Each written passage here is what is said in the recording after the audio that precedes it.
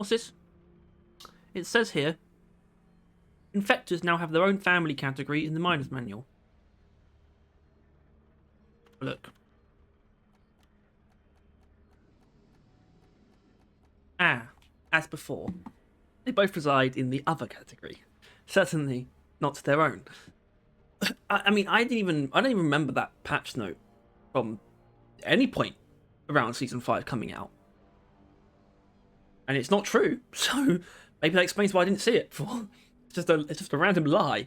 I don't know what to make of that. Anyway, that's not the point. Welcome back to Overclock Showcase. Today we are on to the second Engineer Secondary Overclock, which is, of course, if you watched the end of last episode, you would know is high voltage crossover for the breach cutter, which is always a treat to use the breach cutter. Certainly to be told to use it is a bit of a treat. And high voltage crossover is far from a weak overclock. Of course, the usual layout of these videos is for me to show you two builds that I think are completely viable, or at least Hazard 4. That's kind of the idea. By playing with them on Hazard 5+, just so you know just so you know that I know what I'm talking about. And while you can pair a high voltage crossover breach cutter with any reasonable primary, to be honest, and do well. I mean, obviously you might want to avoid the stubby more than the other two weapons, because then you're doubling up on electricity, but I wouldn't say there are many ways to build it that are particularly unique. I have done my best, and there are obvious differences between the two. Big one being ammo will be a big difference between the two breach cutter builds I'm showing you today, but they're not wildly different. I think the breach cutter is generally used in one particular way, or no matter how you build it, you're probably going to be using it in the same ways, which is to cleave through dense hordes of weak targets, or do decent damage to hopefully multiple big targets, but even if it's just one, it's still decent damage. And really just the way you use it is just really dependent on the overclock itself rather than the build choices. Although tier 5 is obviously relatively impactful. But anyway, let's talk high voltage crossover and the first build that I've got, which is a relatively aggressive whip-based build. I generally don't go in for the whip from the breach cutter. In fact, I almost always take ammo. I find it much more valuable than the other options. In fact, I think the breach cutter is a weapon where damage is far less valuable than ammo, which I've learned to be not the case for a lot of weapons over the last year or so.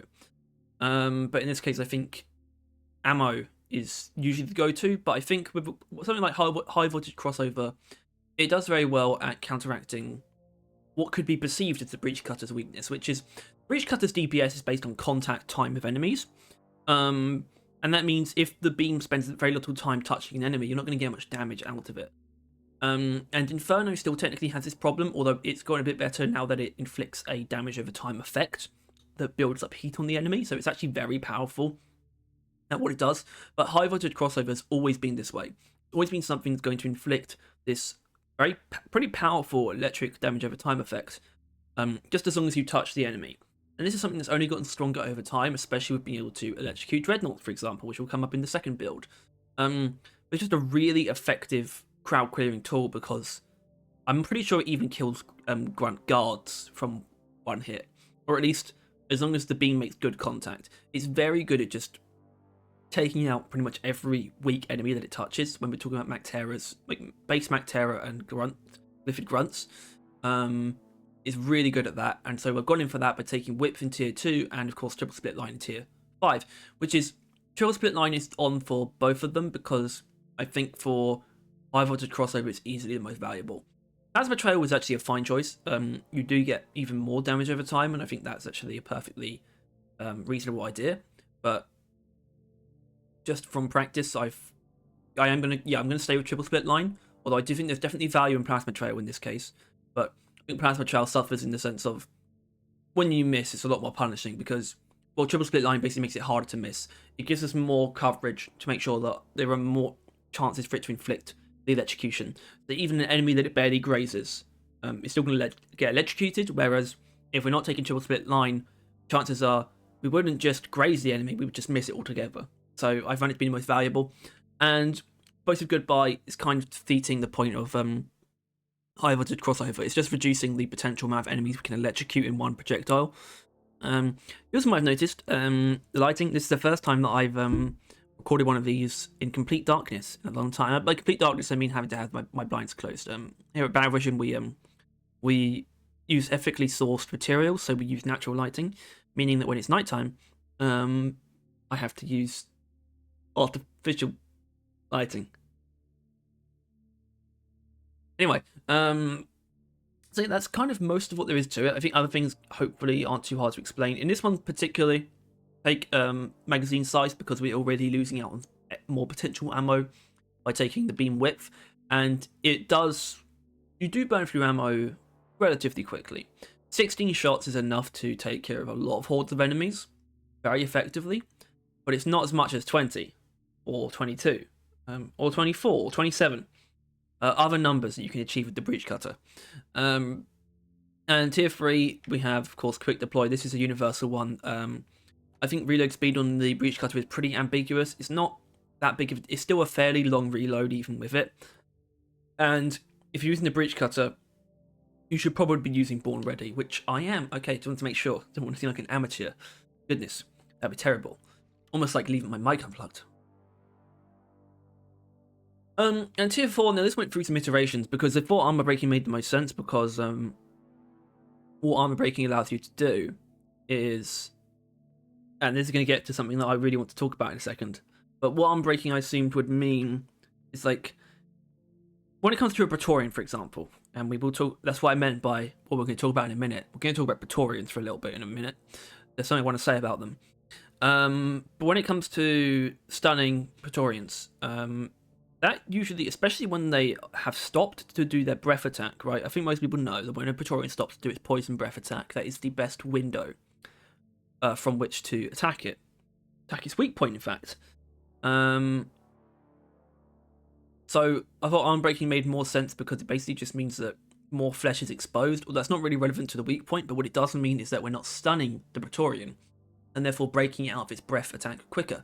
Now, this would be a valid thing to take into account for the build if, and here we go, if we were using a weak point based weapon in our primary slot.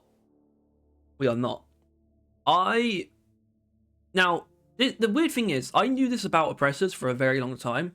I don't even remember not knowing this about oppressors, but I didn't know this about Praetorians until, like, the other week. Praetorians only have 1 times weak point multipliers, or a 1 times weak point multiplier on their weak point.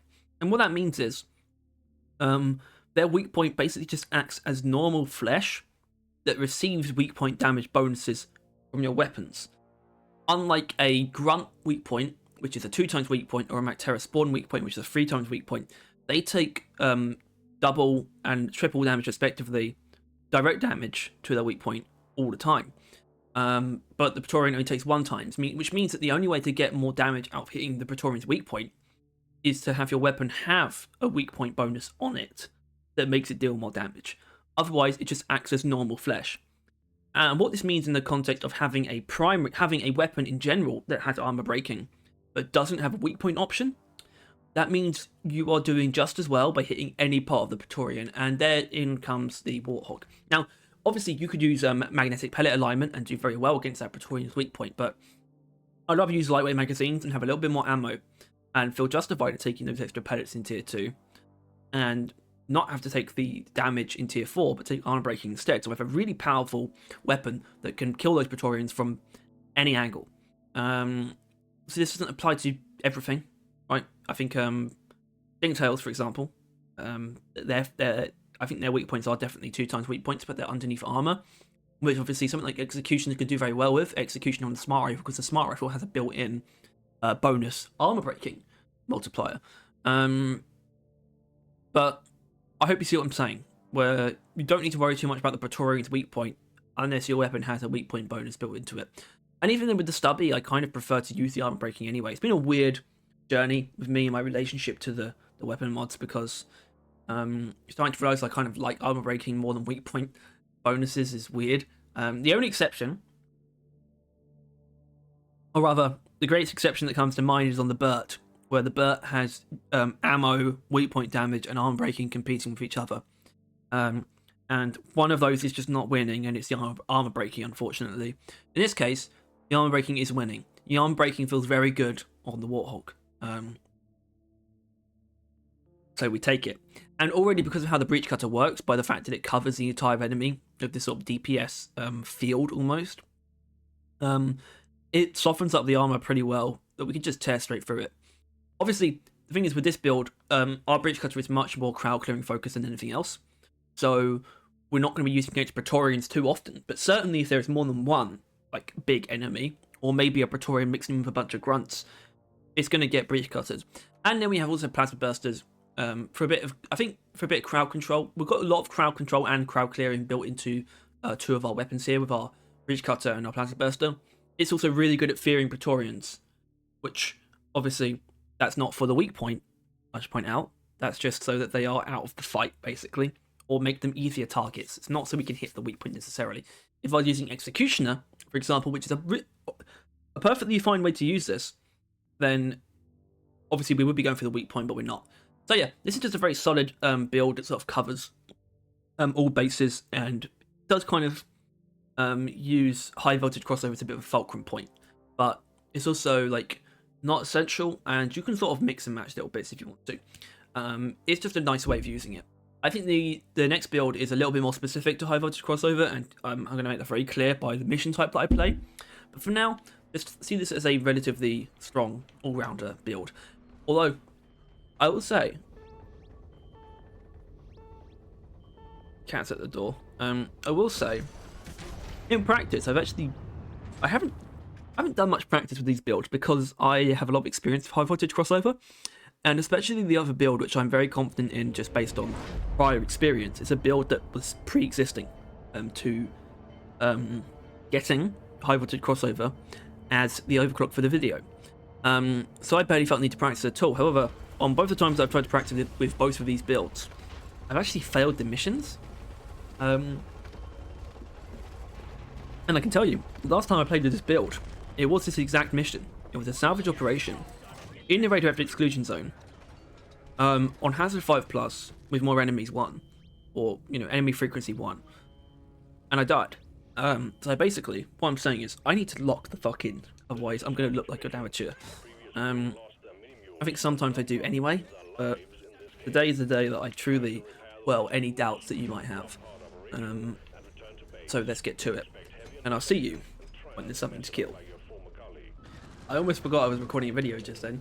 Here we go. Yeah, there's going to be a sting tail, it's fine.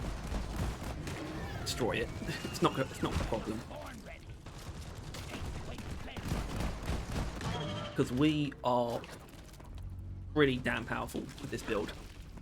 And the reason why I love using this overclock on the Warthog, because it gives you a lot of flexibility. You can either have a lot of ammo, or you can have a lot of damage with still a very reasonable amount of ammo. And that's what we've got in for this time. I think it balances really well kind of the ammo economy that you're looking at with this breach cutter especially. But they balance out quite well, where these are both weapons that aren't maximising on the amount of ammo they could take, but they're doing something. Because we've got the overclock for the Warthog giving us ammo, and we've got a little bit of magazine size on the breach cutter giving us ammo. Look at that fucking sea cucumber ass, like Travaine. Anyway, so yeah, by using either the breach cutter or the PGL, we're kind of using the two weapons that are the most secondary. They have the least play, I feel like. As in they're kind of the weapons that you see the least when you're using them. And that is kind of the case for the videos, which is why obviously I will be a little bit more selective, I think, with what I show. But you also might have to just accept that it's not always going to be the breach cutter that's starring in the moment. Especially when we have something like this. Although I would like to... I can make this work, the breach cutter. Yeah, I mean, it's going to kill a spreader easily. And also, this Praetorian's going to get it.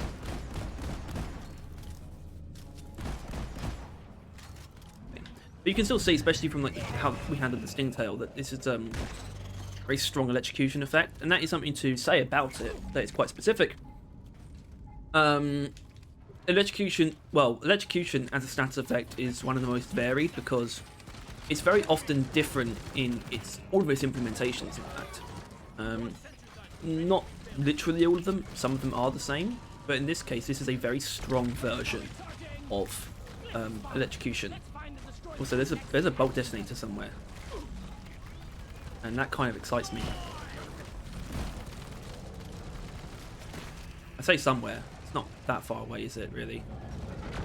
We've got 2 big enemies to hit at once. Always nice. I guess the only thing that people might not like about using an overclock like this is that you kind of need to wait for the effect to go away, really maximise on its usefulness, you know.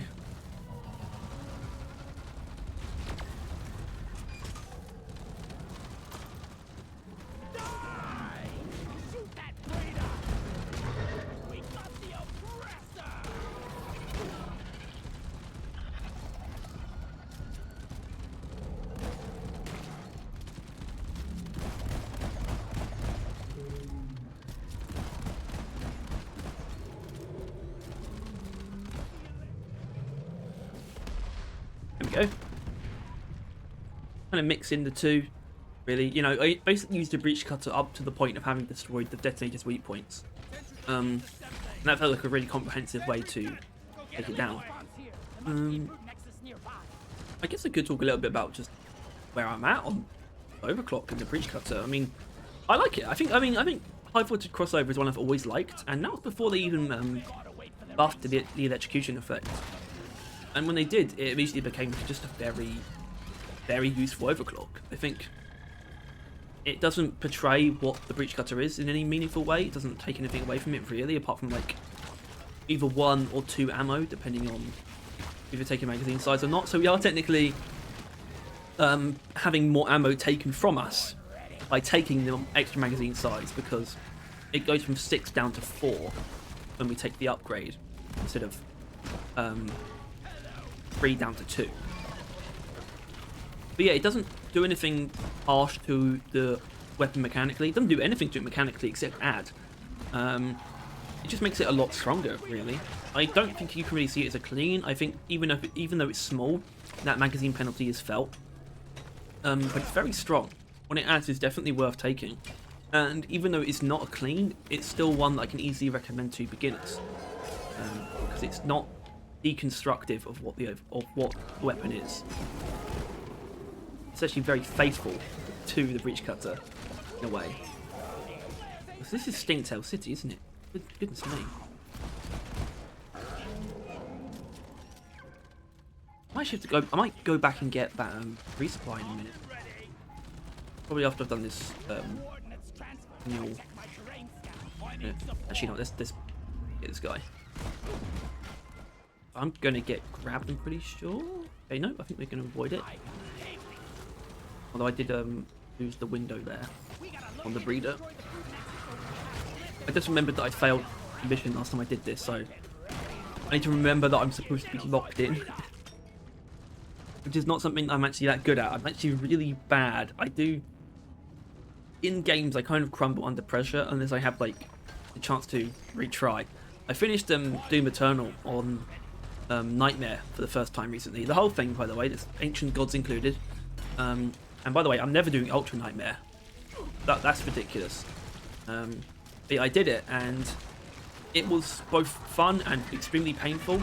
And even though it felt unfair at times, overall I wouldn't call it hard, because it's just perseverance. It's just learning the encounters. You're going to die at least twice per encounter.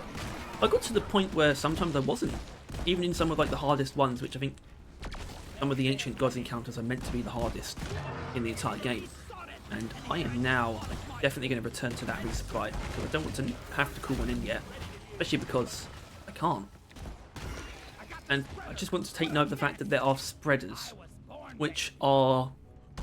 Look, I understand that getting a detonator, or a nemesis especially, doesn't feel very fair in its salvage op, but it's much less likely to happen than spreaders.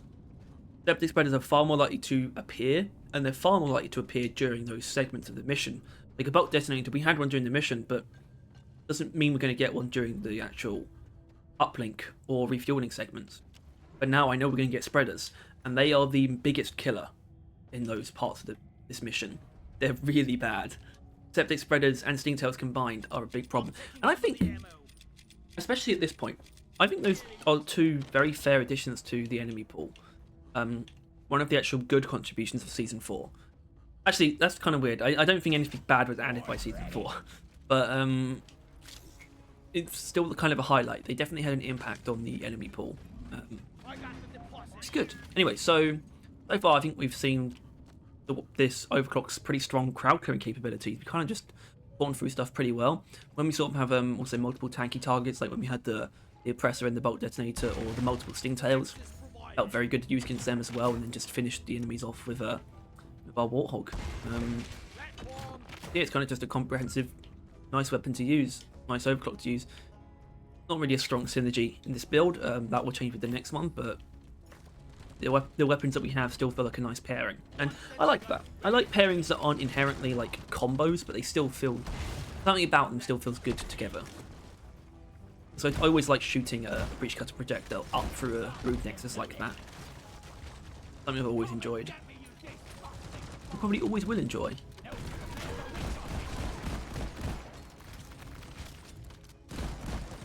Also, something I love about this Overclock, because it has such like a strong reload speed buff, we can take fire rate and recoil and just have a very accurate, just like bug melting machine. It's a really good feeling Overclock. I honestly, it's the kind of thing that just based on overall like gun feel and how it feels, I would put it in at least like A tier or something, to be honest. I probably did in my personal Overclock tier list. Anyway, I think I really need to fix these mules, so let me get on that. Unless a massive horde shows up out of nowhere. Watch this. Now, do the guards die or not? It looks like they're not going to, actually. That's actually disappointing. I think with damage, you can certainly kill guards in one Breach Cutter shot. So that's something to think about, but the guard breakpoint's a little bit weird, especially when you have a weapon that's very good at clearing something. We can always kill the guard in 1 or 2 shots with our Warthog after the Breach Cutter shot has run its course, you know? So it's like, while the guard is a interesting breakpoint to focus on, it's not what you shouldn't make sacrifices for it either, I don't think. Anyway, this is sure to spawn some enemies, so I might as well leave the recording playing. Or not playing. Well, I guess so. But technically, I believe it's playing.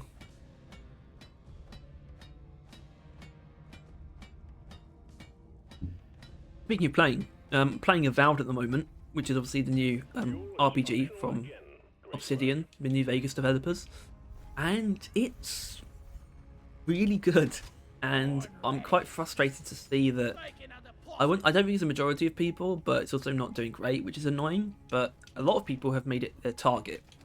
They've made a point to go out of their way to bully the game and point out how it's like really dumb comments like Todd stays winning, you know, like Todd Howard, which is like, first of all, not that I don't think he has any feelings towards it, and I'm sure he does, but also don't think he wants him to fail. And the truth is, ABAAB is a really good game, and it's not Skyrim, but it does actually scratch that itch. If you're looking for something like that, I do recommend it. And I'm not being paid. You know I'm not being paid. Look at the subscriber count. Look at the views. I'm not being paid. But take from me, it really is scratching the Skyrim itch. I think it's a really fun game with a good world, and combat systems, and so far even characters have been okay. Although I do generally find RPG characters in general, I don't like the way they're written. And that, by the way, that includes Baldur's Gate. I'm talking about how dialogue is written, by the way, not how characters are written in terms of like traits and backstory. Not specifically about dialogue. Anyway, I'm probably gonna need to pop a resupply down somewhere by where the uplink will be, well, where the uplink is.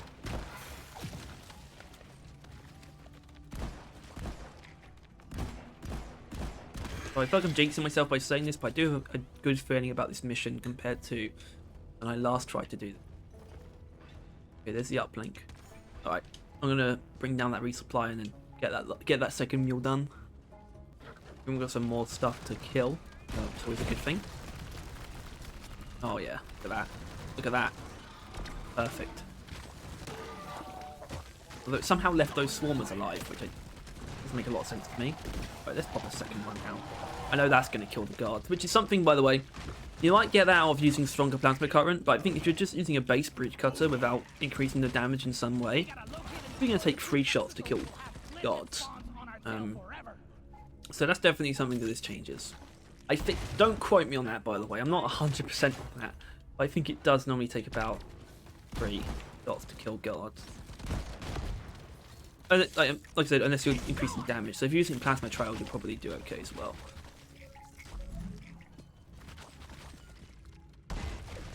Okay.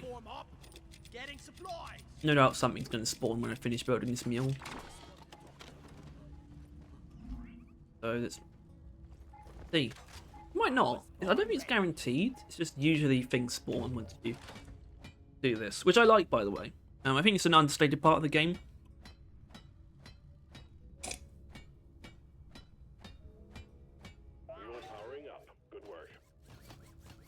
Obviously, I think people recognise it in Egg Hunt, where obviously even if when you crack open the, well, not crack open, but when you retrieve an egg already from the nest, even when it doesn't actually trigger a swarm, you still notice that it triggers some kind of wave, right? Of enemies to spawn. Always. Except I think mules, as we just noticed, it's not 100% chance, but they often do. So when you complete the mule, or when you dig up a leg from the ground, like expose a leg, that is a chance to spawn a pressure wave, I believe. As I believe that's what they're called. I know that it does have a chance to trigger them. It's one of those cool sort of understated parts of Deep Rock. Like, I'm more than ready to start learning a whole new swathe of those kind of little sort of intricate mechanics for a new game. It's going to be exciting with Rogue Core. And, I mean, it is exciting. Am I getting distracted? I don't know. I might be.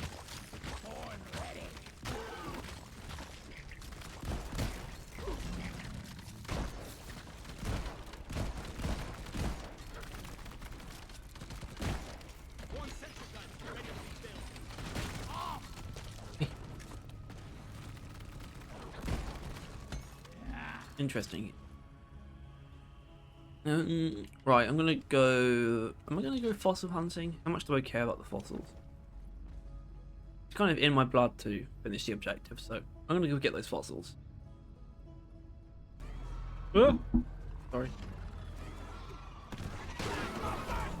I mean, in a way, you can kind of see the Plasma Burster as a pseudo breach cutter. But like, what am I doing? How am I going about this?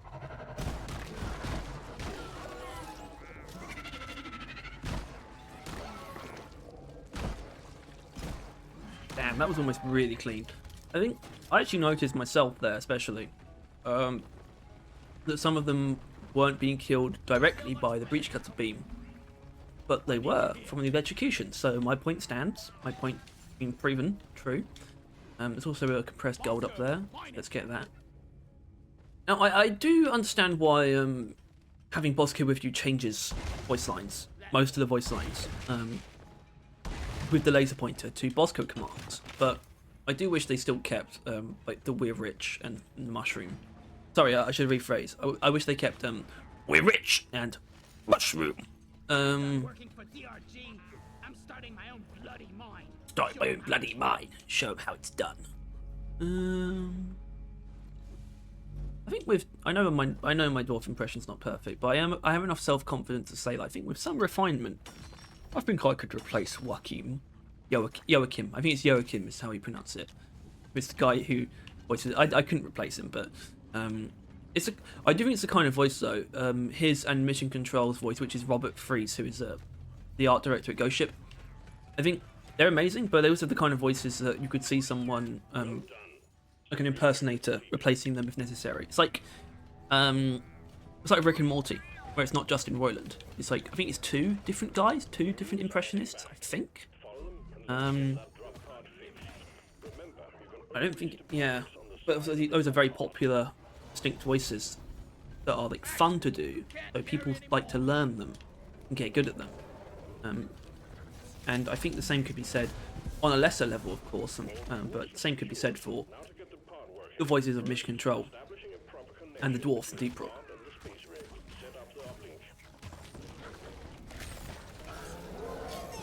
Yeah, I am going to try and get the overfeed in.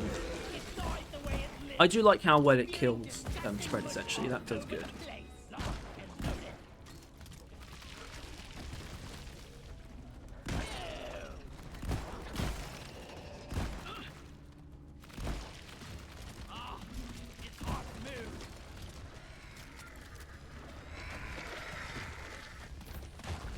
Alright, let's get this uplink done. Did I time that badly? I don't think I did. I think there isn't a pressure wave that just spawned. There is, of course, those idiots. Goodness me. I'm sure that Panzer Burst didn't do anything.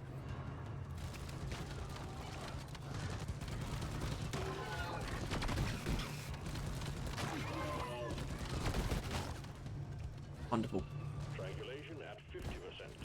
Just breach cutter things. Nothing unexpected about that, really. That's what the breach cutter does. You stuck your webs into my business for the last time. Bloody hell, you're hot.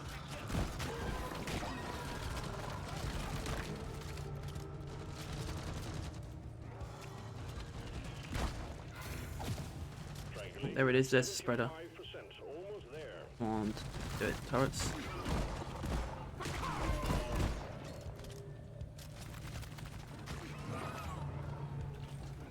Is it?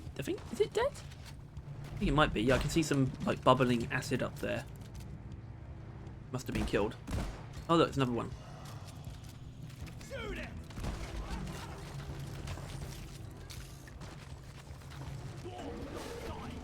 Uplink triangulation completed. Remote Ooh. control established. Stand by, sending in fresh fuel cells for the drop pod. Repressor? How do you know her? Repressor's not the kind of target I necessarily want to be using breach cutter shot on, especially with this build, and not hit anything else. But it happened, and it was fine. We're doing good, so I'm not too worried about it. Fuel cells arrive. What the hell? Connect them to the drop pod by dragging out the charge cable.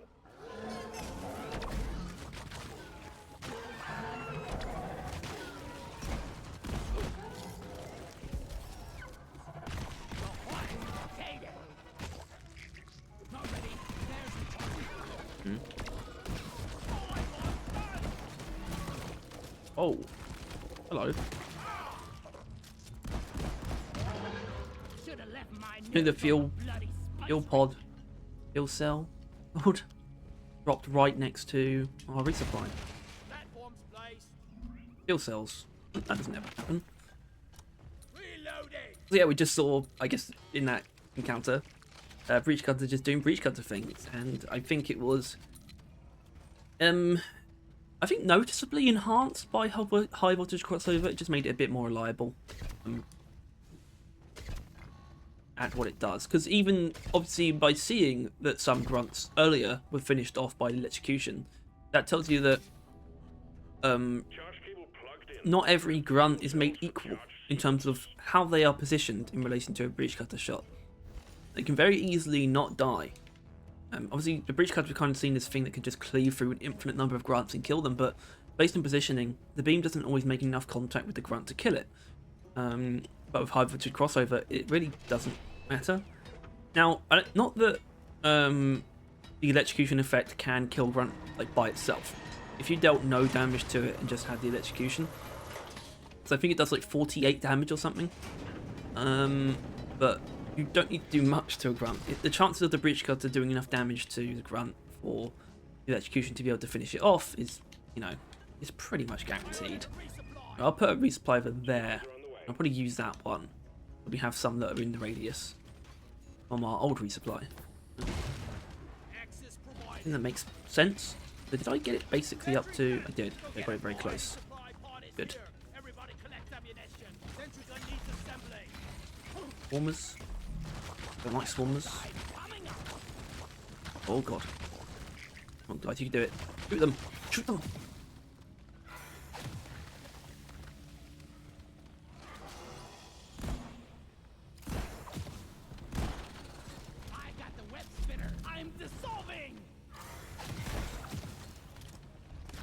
don't like the fact that a spreader can spawn up there. I really don't like that. Bosco! Shit. Bosco, finish it off. Let's get on with this. You can do it. Getting more ammo. Dude. Another one. Why haven't I just gone up there? What am I doing?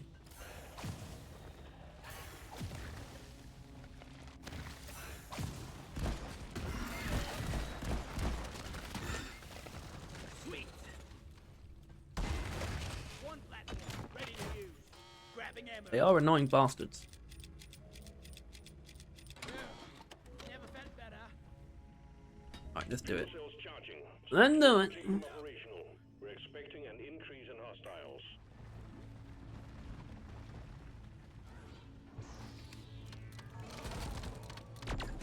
You want some more?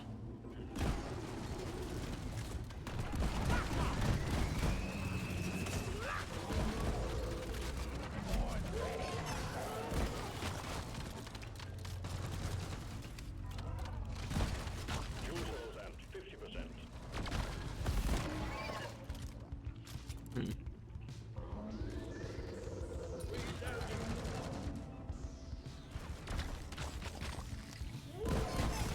Stingtail's dead. Okay. Go ahead and unwedge your Come on, bungee. come on. I was born ready. I should also observe, I have obviously used it, the Breach Cutter against sort of things like Praetorians a couple of times, and that's because I guess the ammo situation is actually kind of better even than I thought. I mean, I knew it was fine, but probably a bit better than fine. You still get a lot out of taking more ammo though. I will never, don't get it twisted, son. I mean, probably on the whole more useful to have more shots, but I like this width game, having more beam width. It's not something I ever used to do, and like, this really got me to try it because I knew that I needed to have a clear difference between the two builds. So it kind of motivated me to finally attempt to get used to using it with a wider beam instead of more ammo. And I've liked the results so far. Right, that spreader could be a problem. Killer be killed. At least one of you has to remain by the charging fuel cells. Get back there. Pin her down.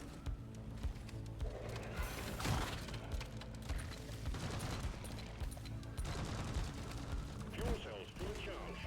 Drop pod engine powering up. There we go. Oh, I did that segment, so, and I haven't lost any lives yet, so it's going a hell of a lot better than the last time I did this. Let's see if I can stick the landing. I can stick the landing, all thanks to high voltage crossover. Could have done that.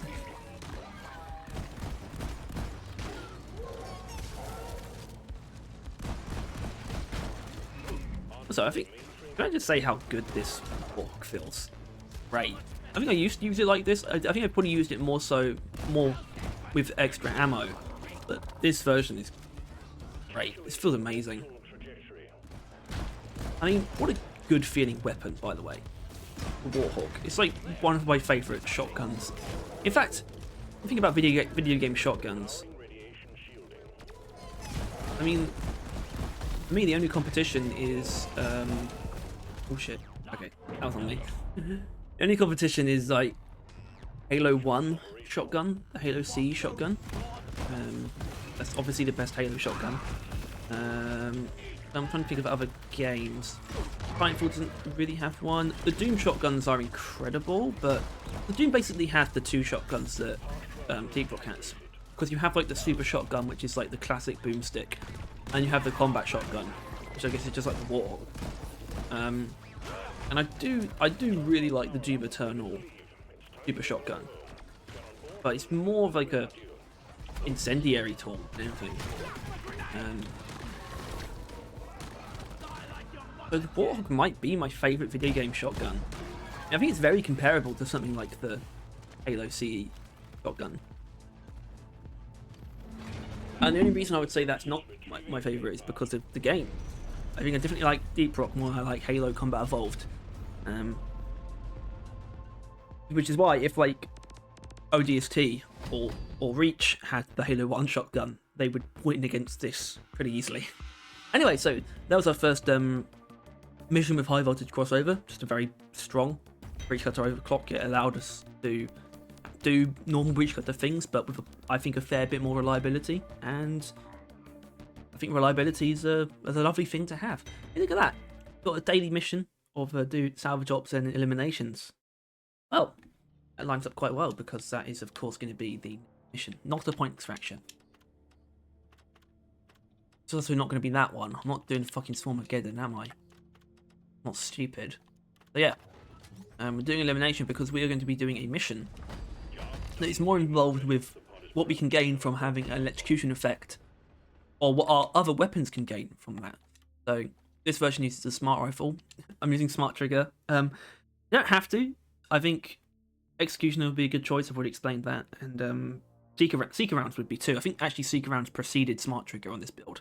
But in this case I'm using smart trigger, and this is a breach cutter built to handle a variety of targets by itself, but also because we have more ammo, it's also to sort of set up targets for big damage from the smart rifle, thanks to our electrochemical rounds. So let's go for the smart rifle first. We've got ammo because I think smart trigger probably needs more ammo than it does damage.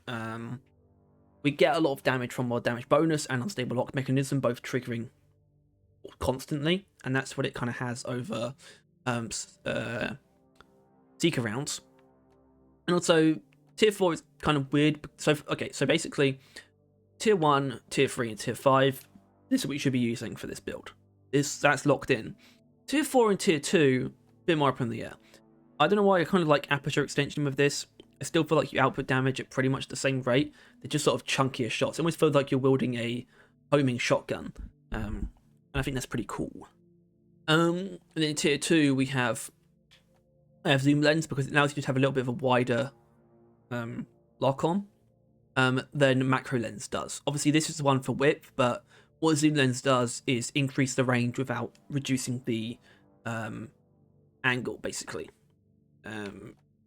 I guess the lock threshold, it doesn't reduce it, whereas yeah, macro lens does. It adds it tight lock and fill. It doesn't call it a negative because it's like it's tight lock and fill to be more accurate. And macro lens, by the way, is my go-to normally, but I do like having zoom lens as well. I think it feels okay. And the breach cutter, yeah, I've already kind of explained, but it's built to sort of handle a variety of targets. So we do want a bit of extra range because we're taking ammo in tier 2, which I think justifies taking projectile duration in tier 1. Allows us to sort of reach further away enemies, things like certain stationary enemies, or sort of slower enemies that sort of keep their distance. So maybe a menace, for example. Anything else is actually pretty much the same, because there's no reason for it not to be, basically. Especially armor breaking. I mean, once again, we still soften up the armor pretty well, and smart rifle's got its own built-in armor breaking bonus anyway. That kind of just handles that stuff very well. So we're going to be tearing apart things like Praetorians and Instinct Cells. And Praetorians especially because, once again, we've got no weak point bonus to lean on.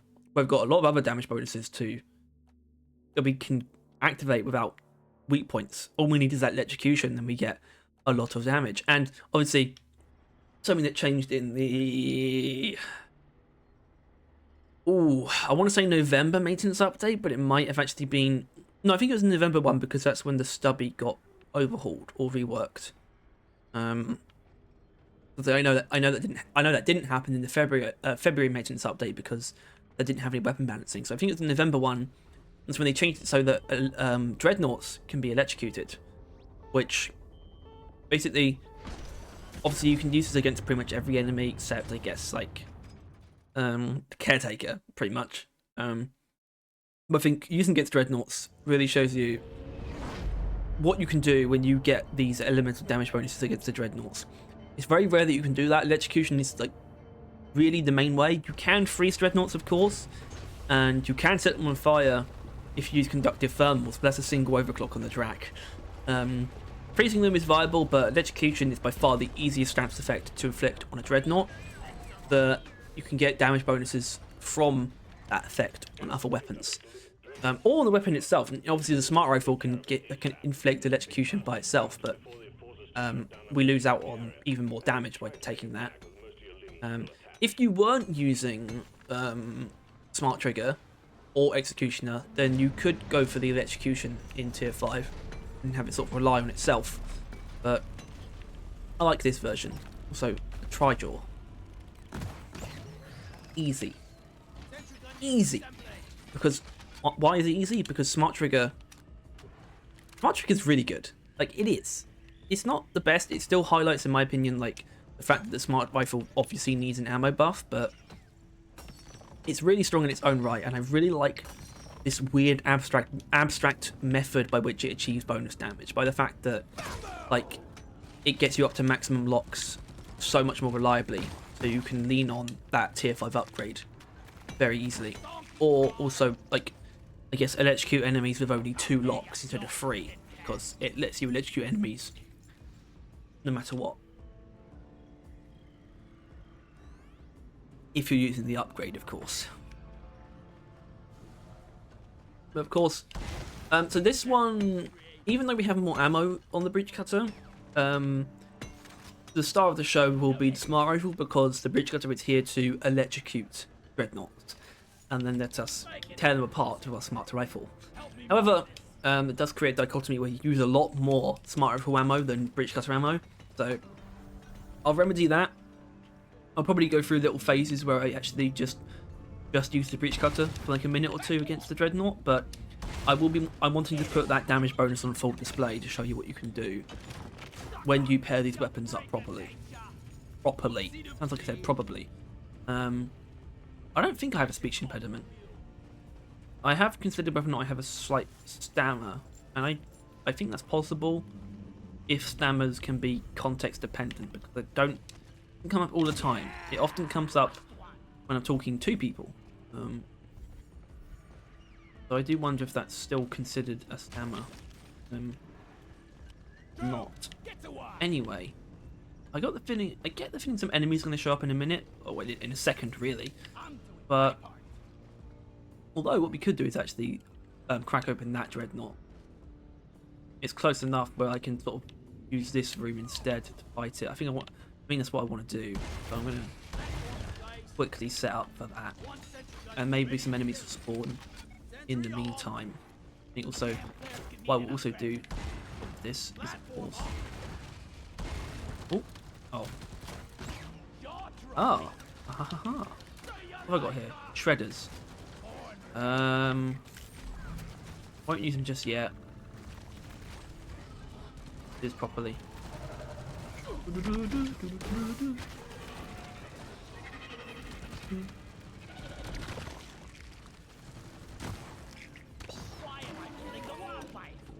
Yeah, I think that's fair.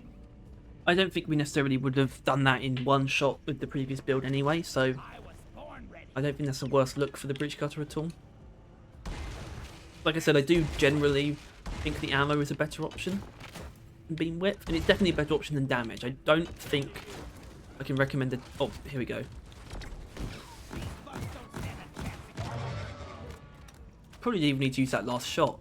But yeah, that's how you deal with Praetorian, because the weak point just straight up doesn't matter. Which is awesome. Also, with our ammo situation on our Breach Cutter, I might just use the Breach Cutter to kill a spreader and not bother with the Smart Rifle. Especially because with the way that we use the Smart Rifle, it's not surprising that we do kind of use more Smart Rifle ammo than Cutter ammo. Not the intention, but it's kind of just how it goes.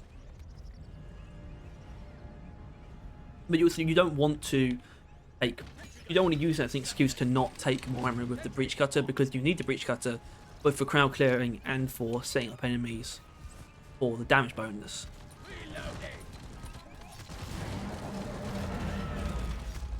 Anyway, obviously in this case we do need to hit the Dreadnought's weak point, because otherwise we don't damage it. But yeah, we get the work done very quickly. This. And here's how I play it with the normal Dreadnought. I'll use the Breach Cutter purely for the shield, and vice versa. So, with the Smart Rifle. Well, I'm probably going to need to shoot it again, the Breach Cutter in this case. Yeah, there we go.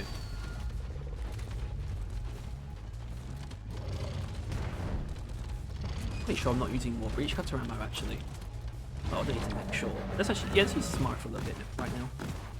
Yep, I think that felt fair. Like a reasonable thing to do.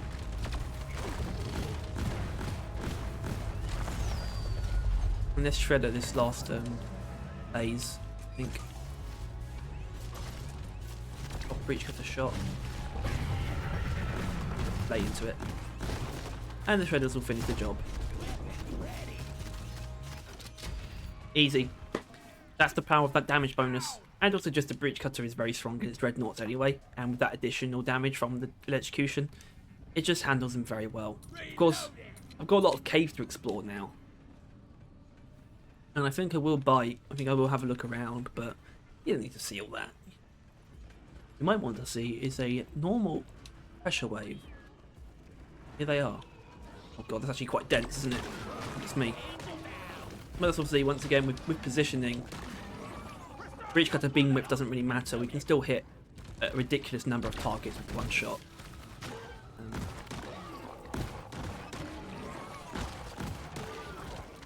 Yeah, this guard survived both of these guards survived 2 shots. This grunt didn't get hit by any. Anyway, just more breach cutter things, I guess. Mixed in with a very reliable weapon. Even though we have a direct combo / synergy here, we still have a relatively similar outside of when the pairing rears its head. We have, I think, a similar dynamic to the last build. Just 2 very reliable weapons. I need to look at what's going on over there. I think. Oh, this is a. I don't know if this is a bigger cave than I'd expect. Might be. Pitbuller. Boss code, don't touch it.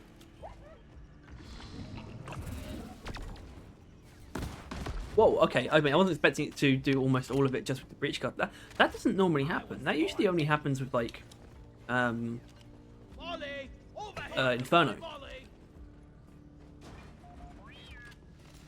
Also, I want to find a, lost pack, actually. I'm still not 100% sure if I've got everything yet or not on the lost pack. And it'd be nice too, because that means I will be fully prepared for the DLC showcase, upcoming DLC showcase. Because Skullcrusher DLC, man. I mean, weird to add DLC for a game that isn't getting updates at the moment, but I'll take it because it looks incredible. Like, for some that doesn't really do much. You know who I'm talking about. But for me, it works. I do think it's a little bit... I think I talked about it. While I like it, and it is an incredible looking DLC, I do think there is some audacity there. It's just like, you're not updating this game at the moment. And I don't think you should either. Made it clear your focus is on Rogue Core, and I think that's actually a fair thing to stick to. So... But I guess it's also fair to add something like a really cool cosmetic DLC for the anniversary. I don't think that's ridiculous, but there is some audacity to it as well, in my opinion. I'd say it's more cool and fun than audacious, but I do think there is a audacious quality to note about it. Anyway, let's stop talking about weird things like that and kill some bugs. I don't want an excuse to use the shredder. No, fuck it, I'll take this excuse. It's not really an excuse, but I'll use it. What was that big thing I just heard? Sounds like I think it is a detonator. Fine. No, don't focus on the breeder. Oh.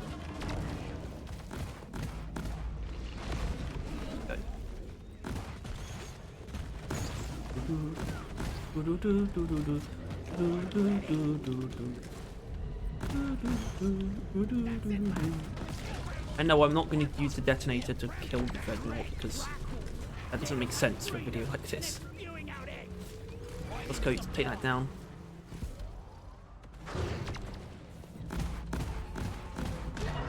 Whoa! 2 detonators. Holy shit. How delicious. How audacious.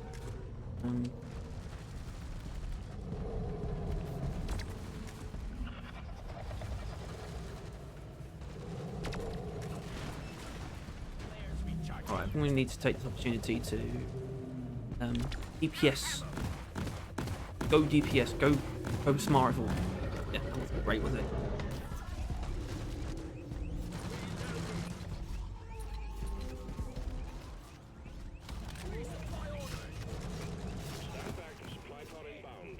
Yeah. Well, I mean, I don't think it's unfair. My ammo situation wasn't great going into that little out the detonators. I shouldn't be too surprised. Although I do kind of need my turrets to shoot them.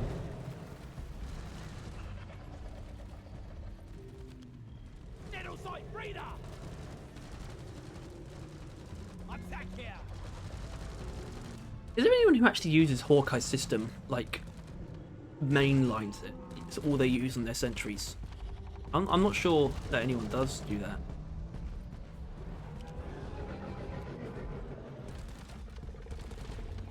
Oh, hold up. Oh dear. Very unprofessional. I mean, it's okay. It's sneezing really unprofessional. I don't think it is, personally. You can tell me.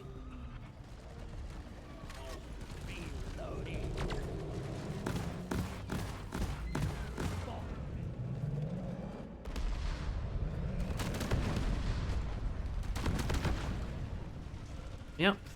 There you go. That's 2 detonators. Blow each other, or one blows the other up, I guess. What the hell? Killer! Out of my way! That buzzing was getting on my Okay, well, clearly I'm gonna need another resupply before fighting this dreadnought. Might as well grab that now. Get right into it. Let's kill a dreadnought. And obviously it's going to be a guard or a hive guard or the twins. So just bracing myself for that. Twins is no, I literally meant to say the opposite. Jetty boots. No way. I'm not allowed to use you. Another benign, yep, misguided edition in season 4. That's what season 4 is. It's like none of these things detract from the game, but these are also not priorities. Cool. You know, that's literally season 4. The only thing that can be considered of like importance there is, I think, adding some new generic enemies was a very good idea.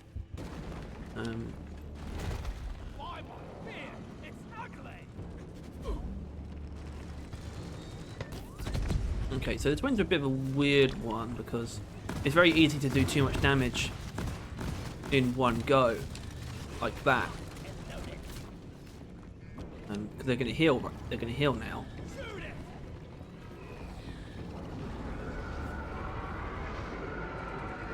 Obviously, they technically lose health from that, but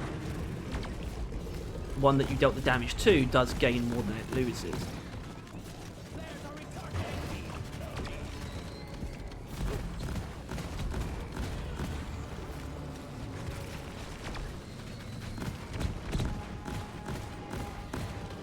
I think right now they're probably going to heal again. It's my fault.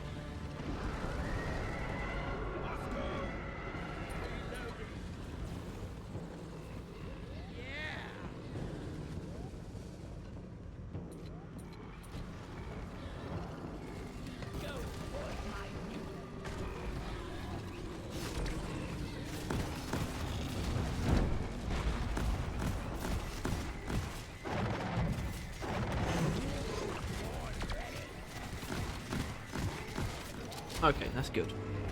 I don't mind that. So the Arbalest is a little bit more dangerous by itself, but we'll handle it. Look, we're going to kill it right now. Watch.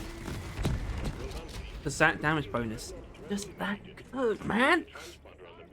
And obviously this is something that Hive crossover does provide. It means you can gain this damage bonus. First of all, you get to use a very strong weapon by taking it. But you get to gain this damage bonus from the execution. against a wider range of targets than you do with fire, by the way, because it's far more reliable to electrocute enemies and set them on fire. And obviously you don't have to take the electrocution mod on the smart rifle. You can take the damage bonus mod instead in tier 5. So you get an elemental damage bonus from the tier 3 upgrade, and you get a straight up damage bonus. It's sort of additional to that. I think they do work in tandem quite well. The 3rd tier upgrade, or the 5th tier, whatever I said. I think you understand. Also, I think now that we've done that, I'm gonna take it easy. I'm gonna use jetty boots. I think. Why not?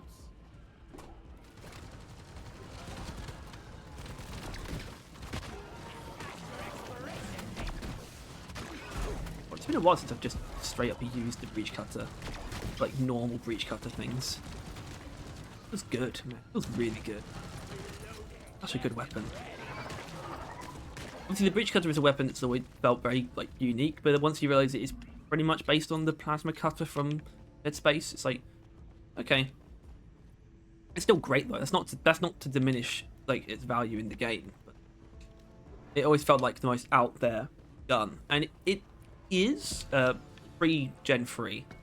I think the most out there gun is probably. It's a good question actually. No. I guess it probably is the wave cooker, isn't it?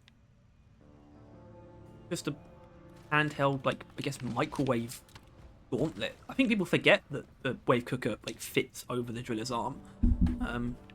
Very cool little factoid about that.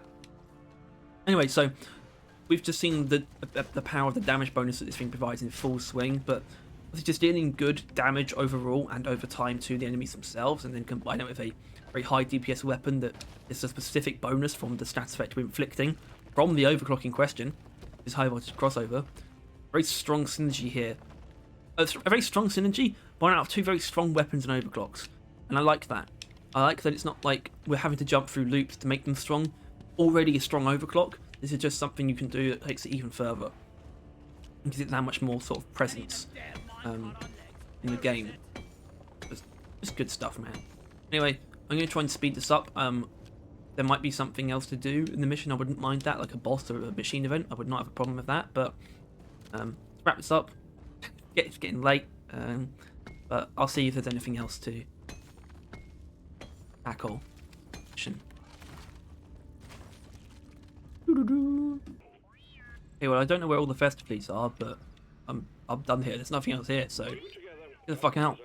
Oh, there's one.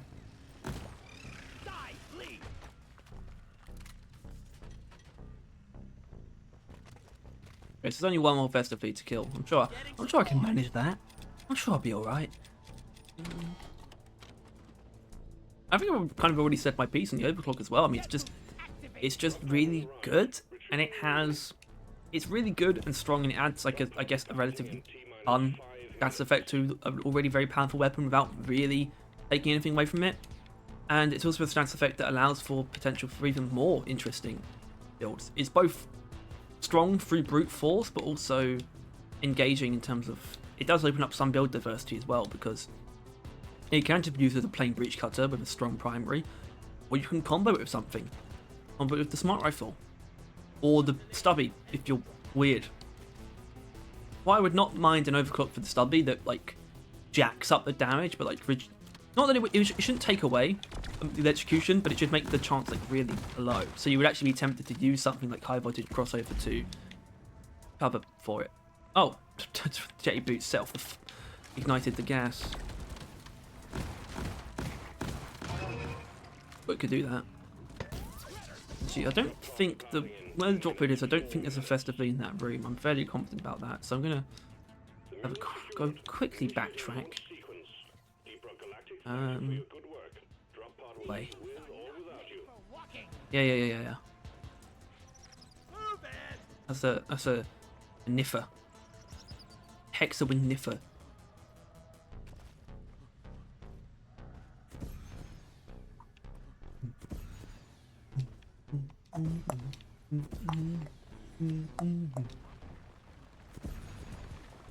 More Praetorians to just show up against, I guess.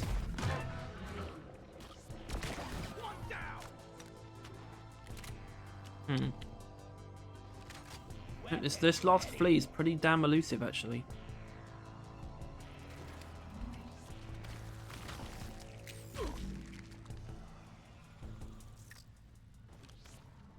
Drop pod departing in T-minus 3 minutes.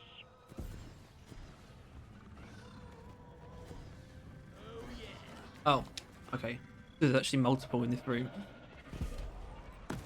Not surprised. Completed. Fine job. Hello. Hello, chum.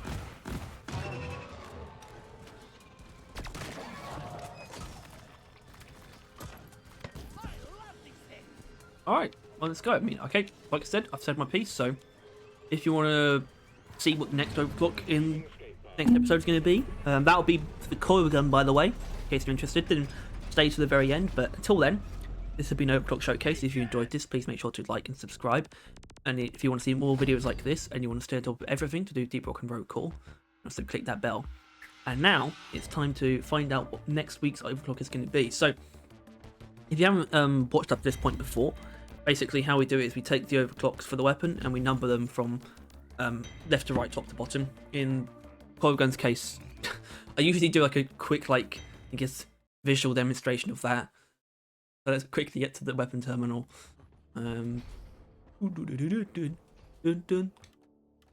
Yeah, so in Coil Gun's case we have a 1, 2, 3, 4, 5, 6. I can say pretty confidently the only overclock here I really don't want to do anything with is Reatomizer. So that's number 6. And here is our Wheel of Fortune. Beautiful, isn't it? Let's see.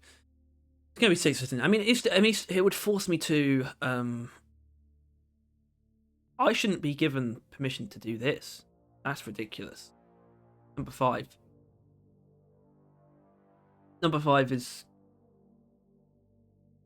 ultramagnetic coils. I can't say it quickly. It comes out with mush. Ultramagnetic coil, yeah. Ultramagnetic coils, UMC. Basically, this is the strongest overclock in the game, so I don't have much of a problem with doing it at all. So I'll see you next week with UMC, ultramagnetic coils. But until then, thanks once again. And what's a high voltage crossover-esque drink? I'm surprised it isn't just an electric drink, which is like an electric cherry. What's the most electrifying drink here?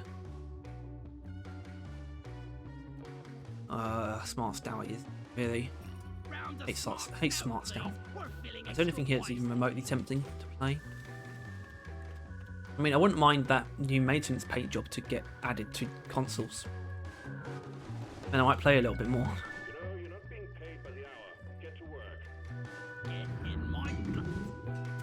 Anyway, I know we're calling. see you next time. So bloody obvious.